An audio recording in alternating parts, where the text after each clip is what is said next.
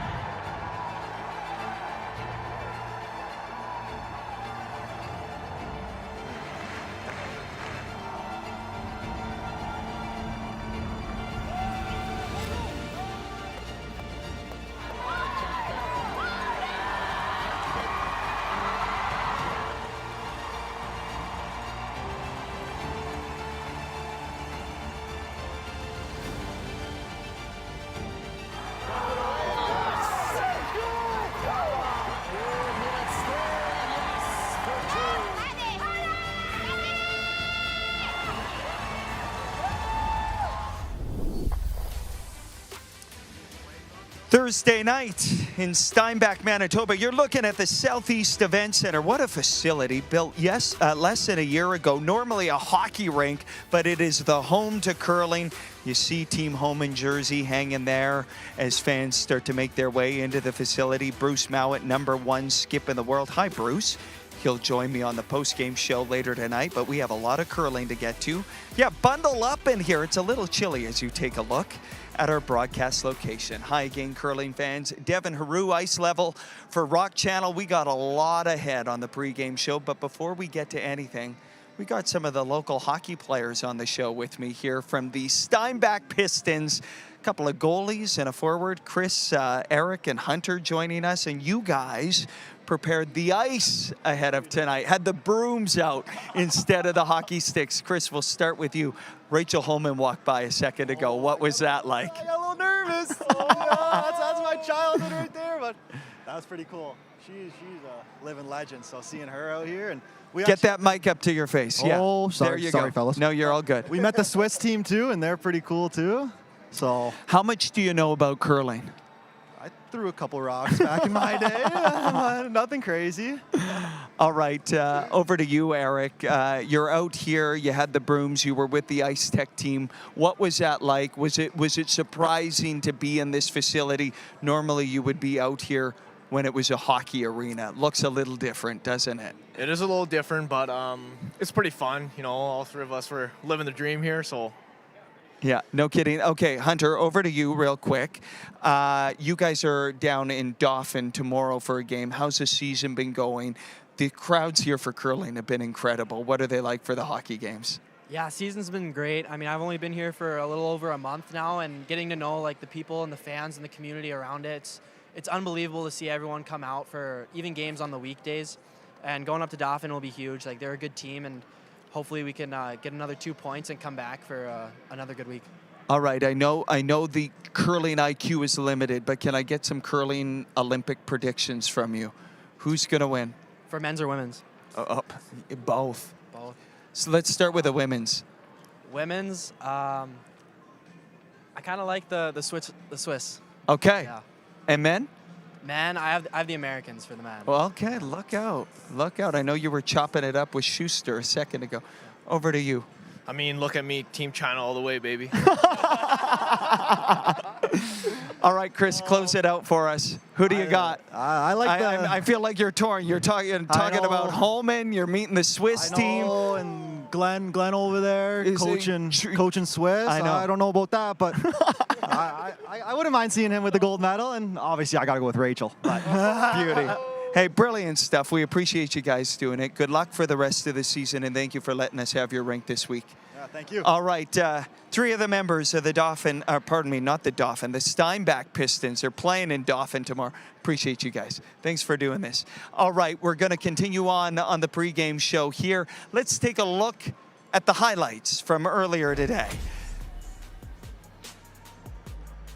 There's Team Jacobs taking on Team Waddle. It's been a tough go so far for the Olympic team for Canada. Jacobs trying to hit and roll here without Hammer, trying to find a way to maybe force a shootout, but tell you what, this Scottish foursome led by Kyle Waddle, they have been spectacular, specifically today, mowing down Jacobs for the win. 7-4 right there, handshakes. So we go from Waddle beating Jacobs to Waddle beating Team McEwen. You look at the score, it was 6-2, a draw there, handshakes after 5. 2 wins for Waddle over the Canadian teams here today. Team Anderson trying to change the tide for Canada, but this isn't going to do it. Rub off the red all the way to the back of the 8-foot, give up a steal of 4. Game over. It's been a frustrating day for Canada here at the Slam, no doubt. And here's Team Zhu taking on Team Mowat. Last rock. Zhu's got to make this tricky angle tap. He does it for 2. That's a win. Zhu's looking good. Mowat with a rare loss at the Slam. So let's take a look at the scores this morning. You see it there. And then the afternoon draw. Hasselborg dropping another one after a heartbreaker last night to Rana. And Rana winning just a short time ago over Fujisawa. So we told you about that subplot last night about the Swedish showdown to represent that country at Worlds. And right now, Rana seems to be gaining momentum. As we settle in for tonight's draw, let's take a look at the updated women's standings. Korea leading the way. It's a good thing if you're on the left side of the column when we're looking at the standings. And right now, you have 4 Asian teams in the top 6, and the top 6 move on to the playoffs. Peterson curling very well, going to the Olympics next month. So 2 is Hasselborg and Yoshimura and Gim. So they are in fine form so far. Let's take a look at the men's standings. There it is, Waddle with 11 points. You get 3 points for a win. He has a shootout win as well. He's going to be clear to the playoffs, I believe. 4 wins should be good enough. 5 games here in the round robin at the Players' Championship. Like I said, if you're on the left side of the column, it's a good thing. If you're on the right side, not so good. And that's where 3 Canadian men's teams are. Just 1 win between all of those 3 teams. Although there's a guaranteed win tonight between Dunstone and Jacobs. I promise that. All right, we're going to take a break. And on the other side of the break, we are bringing in Mike Harris. It's been a while. Can't wait to chat with him. We'll be back right after this.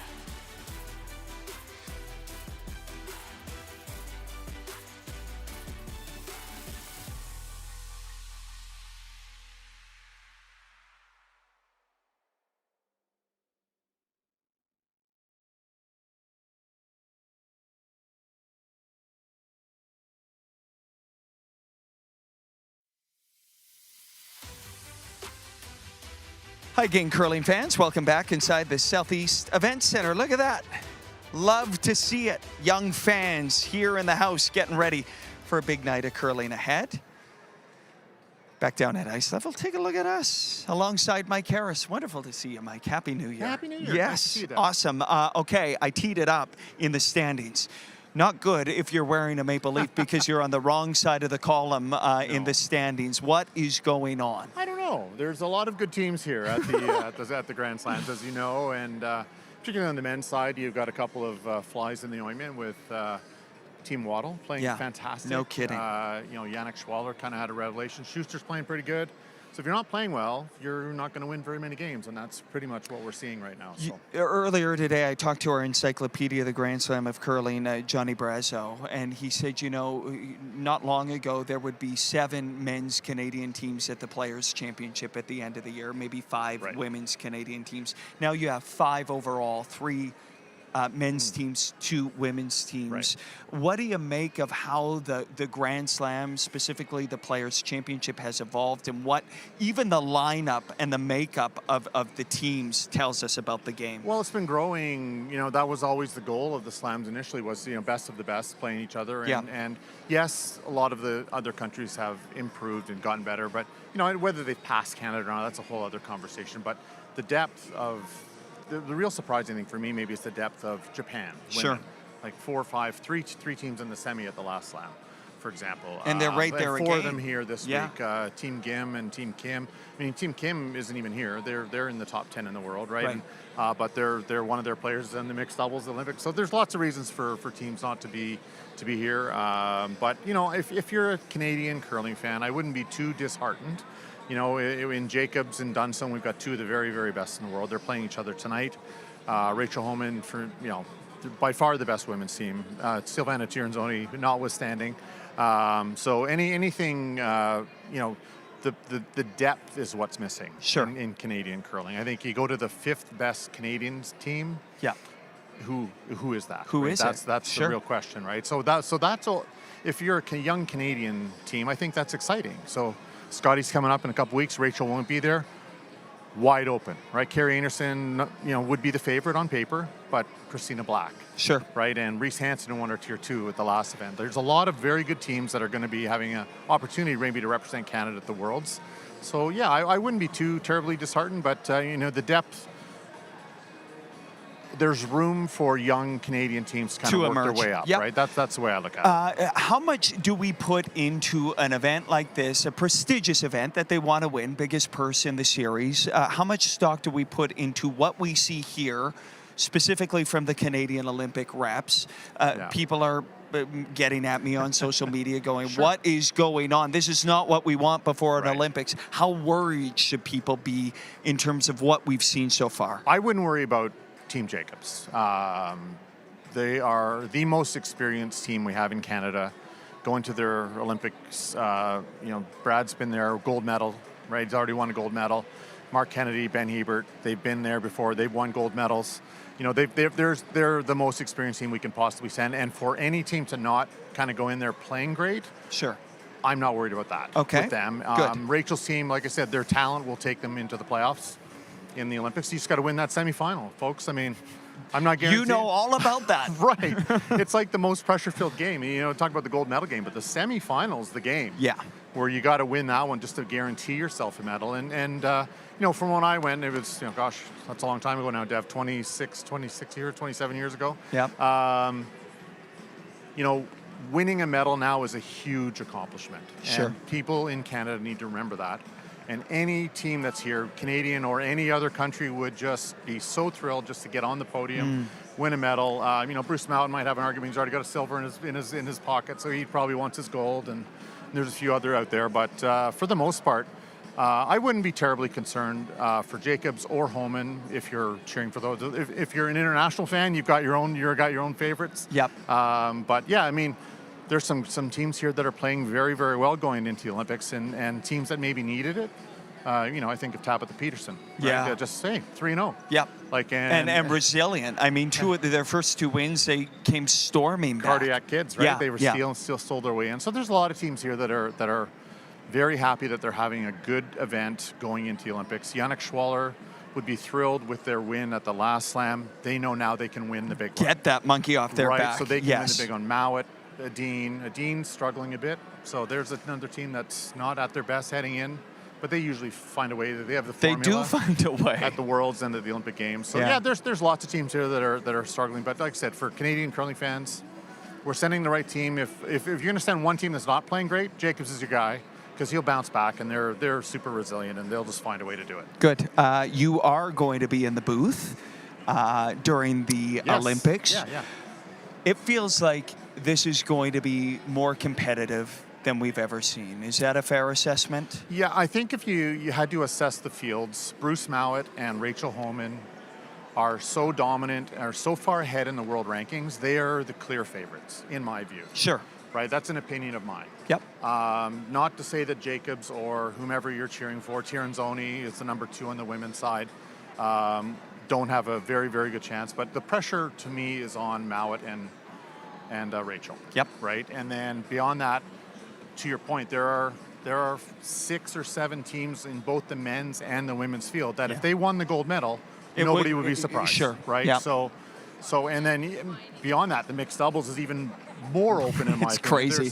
There's 9 of the 10 teams I think could win the gold medal. Crazy. in the mixed doubles. Yeah.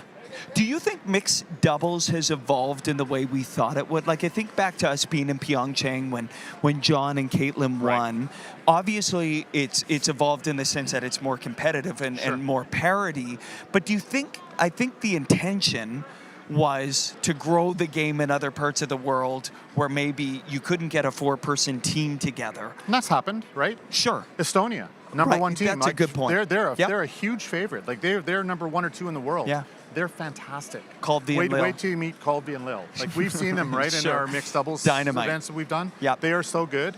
They don't have 4 good curlers in Estonia on the men's or the women's side, Good but they've got point. 1 each. Yep. And they're phenomenal, and they've done the work. Australia, unfortunately, didn't get to the Olympics. Mm-hmm. They were actually the number 1 team ranked in the world in terms of bonspiels and whatnot. Crazy. They didn't get there. Yeah. Czechs were the kind of the fly in the ointment. The Czech team at the mixed doubles, I think they'll be struggling to win a game or 2.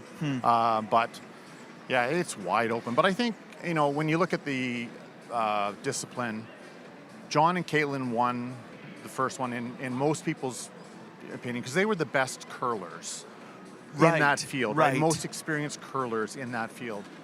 Now all of the teams are sending experienced curlers. The Vranos from Sweden, right? We got the Schwallers from Switzerland. We've got Colby and Lil who play a ton together, and so you've got all of these teams that have so much experience in the discipline now. It's wide open. So I think it's done what they expected. I think the talent level has gone way up. It's crazy. Over the last 4 years. So it's wide open. I'm excited to cover it. Yeah, first time ever, Curling Canada is allowing curlers to play both disciplines. Brett's going to be busy, Brett Gallant. Yeah, long overdue, I think. Is that an advantage in some respects? Well, let me put it to this way. Yeah. The last 2 men's Olympic gold medal winning teams have had a person on their team who played mixed doubles prior. There it is. So there you go. I mean, I think it's a good thing. I do. I think it's a very good thing. Why not? And you know what? It's all these guys do. They curl. So do you think that they can't play 8 mixed doubles games and then go and play in a 4-person game over the course of 17 days? Yep. No problem. Yep. Fatigue is not an issue. The challenge in mixed doubles, of course, if one person does get injured, they're kind of out. But that's just the rule of that. But I don't think there's any issue with anyone playing both. Bruce Mowat's playing both. Jen Dodds is playing both from Scotland. Yep. Schwaller playing both. There's a ton of people doing it, so not to worry. You're calling Jacobs Dunstone tonight. EJ Harnden retiring. We're going to hear from him. I talked to him earlier this week in a second, but there's going to be a big turnover, especially on the men's side. For sure. A Briar ahead in St. John's. It'll be Guju's farewell. Is he retiring? Right.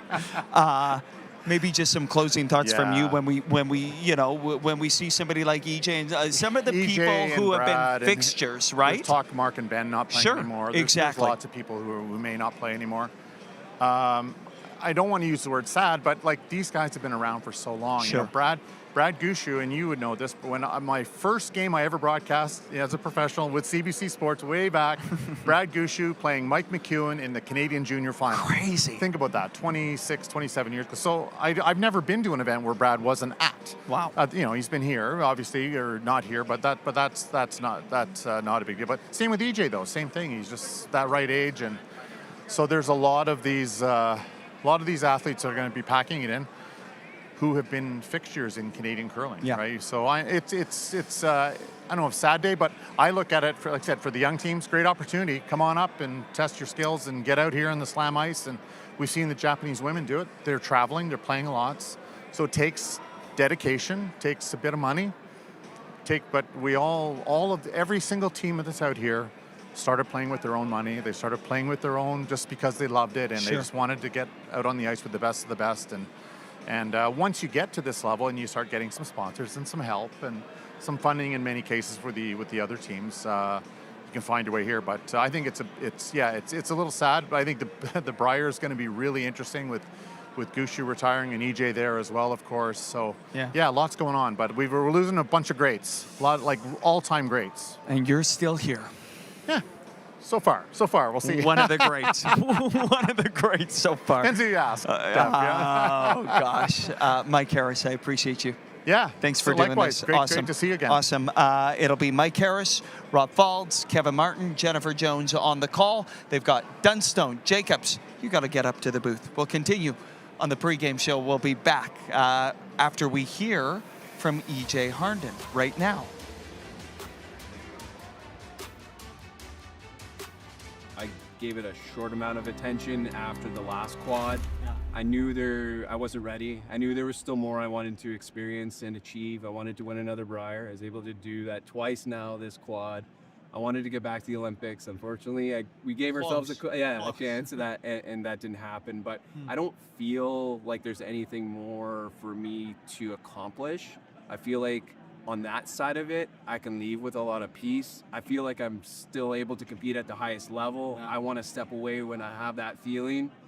And I'm at a point where I do love competing, but there's other parts of my life that I feel more passionate about and I want to put more time and energy into. And so this comes with, like I said, a lot of peace and not something that I thought about yesterday or after a tough loss. If anything, there's times where I get out there, I'm like, I think I could continue to do this. I'm like, no, don't do that. Don't be tricked. Yeah, so if anything, it's more of that than it is, on the other side.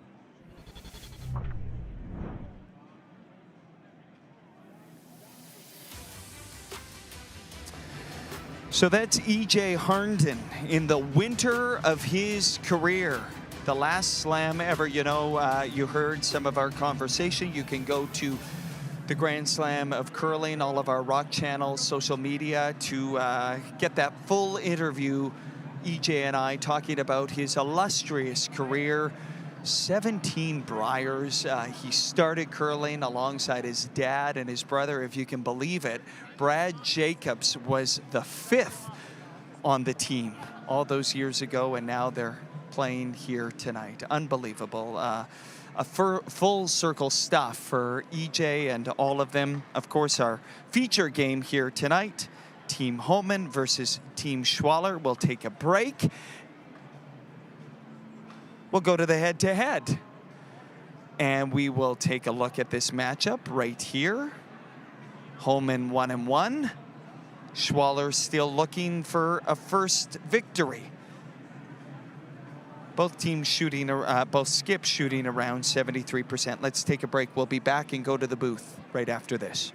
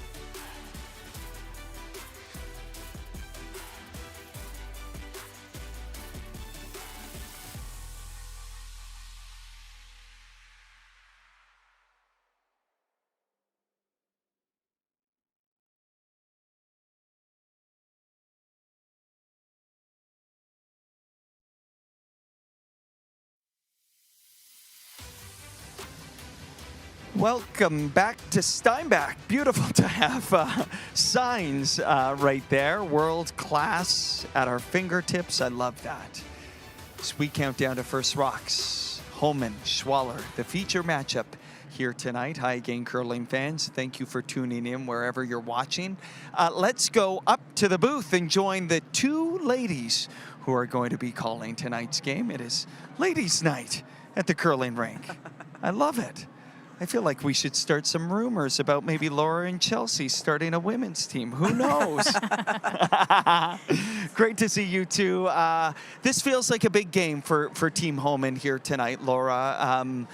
You heard Mike Harris on the pregame show say, yeah, they're, no panic. Don't worry about what's going on here. These teams are going to be fine. But I do believe in momentum. Over to you. Do you believe in it? And how important is this one for Team Homan tonight?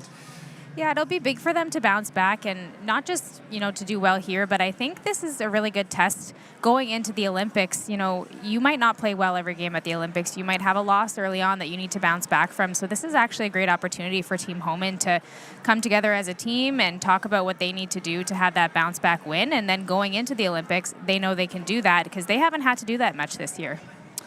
Chelsea, we've gotten so used to watching so many of Rachel Homan's game, mostly because she gets so deep into an event, and so we get to watch a lot of her games. Over the years, I've paid close attention to the way her and her team communicate. It's world class, a lot of information sharing. I find early in the game, I get a lot of signs about where they're at as a team and how they communicate. Over to you, do you see it the same way? And is that a fair assessment about, even from your own perspective when you played, you just get a good sense of where the team is at early on, just in the way you're talking about the ice, the lines, the weight, all of those things?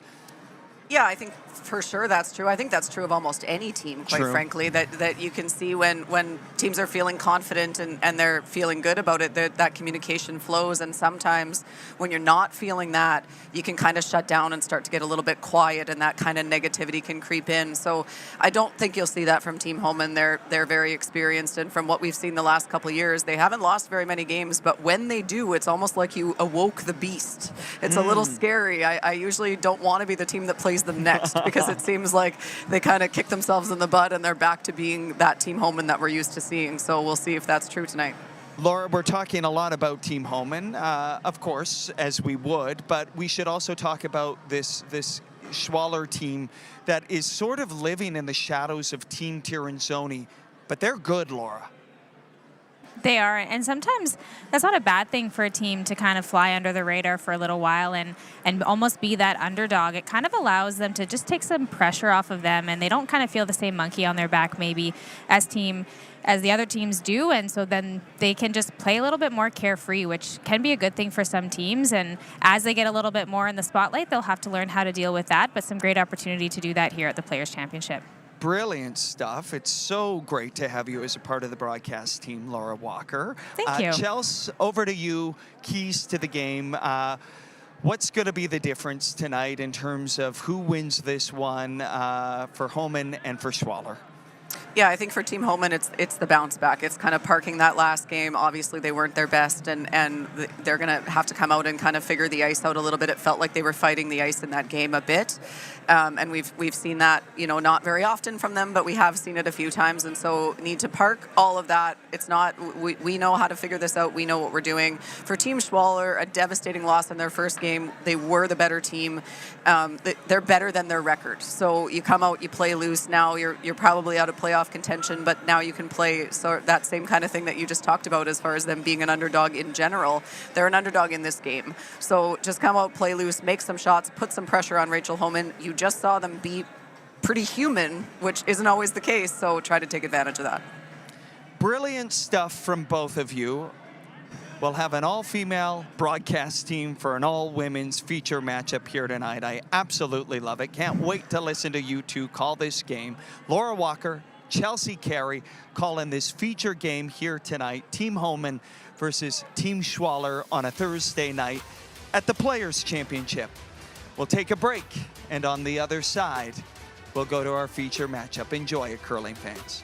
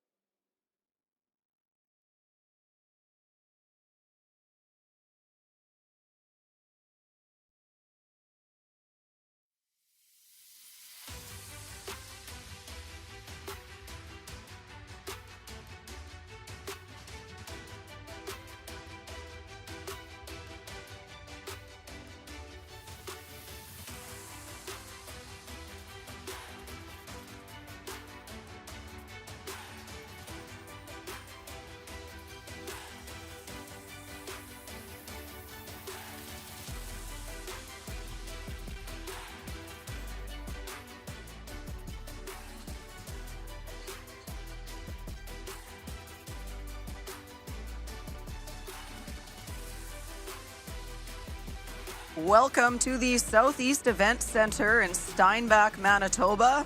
Normally home to the Steinbach Pistons, but this week playing host to the world's best curlers, gathered here to compete in the Crown Royal Players Championship. Got a great matchup for you tonight between Team Xenia Schwaller out of Switzerland and Team Rachel Homan, world #1 and the Olympic team for Canada, looking to bounce back from a loss yesterday. Should be a great battle between two great teams. And Laura, what do you expect from these two teams in this game? Both of these teams have had a little bit of struggles early on this week here at the Players' Championship. So we'll look to see who comes together, who has had, the best conversations in between games, some really good debriefs, and who can kind of get this figured out, who can pick up on the ice conditions quicker than the other team, and who can kind of get off to a strong start. I think if one of these teams has a really strong start, they're going to be able to hold on. Yeah, for Team Schwaller coming in at 0-3, they're probably out of playoff contention, but sometimes that can almost work in your favor in the sense that you can come out and play kind of loose. You don't really have anything to lose anymore, and they're looking to play upset, and there's nobody more fun to upset than the world #1. Yeah, as a player, it's always a little scary to play against someone who's out of the event and, playing for a little bit of money, but just playing for pride. And it's not going to be the end of the world to Team Schwaller if they lose this one. But Team Homan still very much in contention, but does need a win here tonight. So a little more pressure on Homan's side, that's for sure. Yeah, and for Team Homan really wanting to go into those Olympics on a positive note. I don't even know that it's necessarily about winning this event, but you just want to feel like you're cohesive as a team, like you're putting the broom in the right place, like you're really kind of dialed into each other going into that event. So it can be a little extra pressure. It can. You don't want to leave here with question marks if you're Team Homan. This is their last event before leaving for the Olympics, and this is their last chance to test some things that they may have been working on as a team and trying to come together and get everything figured out. So like you said, they don't want to leave here wondering. They don't want to leave here feeling like, I could have used one more game. So they'll have to get things together here pretty quick. Yeah, leaving without any questions is a great way to put that. It's if you lose a semifinal that somebody plays better than you, then you're just like, okay, that's fine, that happens. But as long as you feel like you've got the things the way to the level you want them to be at going into those Olympic Games, then you're probably pretty happy with that situation. We do have a couple of other great games around the sheets here tonight on Sportsnet for those of us in Canada, and on our other Rock Channel broadcast you can tune in for Team Dunstone versus Team Jacobs, a good all-Canadian matchup for us. Let's meet the teams really quick. Team Homan, very familiar to curling fans, lead Sarah Wilkes. Second, Emma Miskew. Third, Tracy Fleury. And the skip, Rachel Homan, playing out of Ottawa, Ontario. This is the Crown Royal Players Championship. And for Team Xenia Schwaller out of Switzerland, it is lead Selena Reichiger, second Fabian Rieder, third Selena Gaffner, and skip Xenia Schwaller.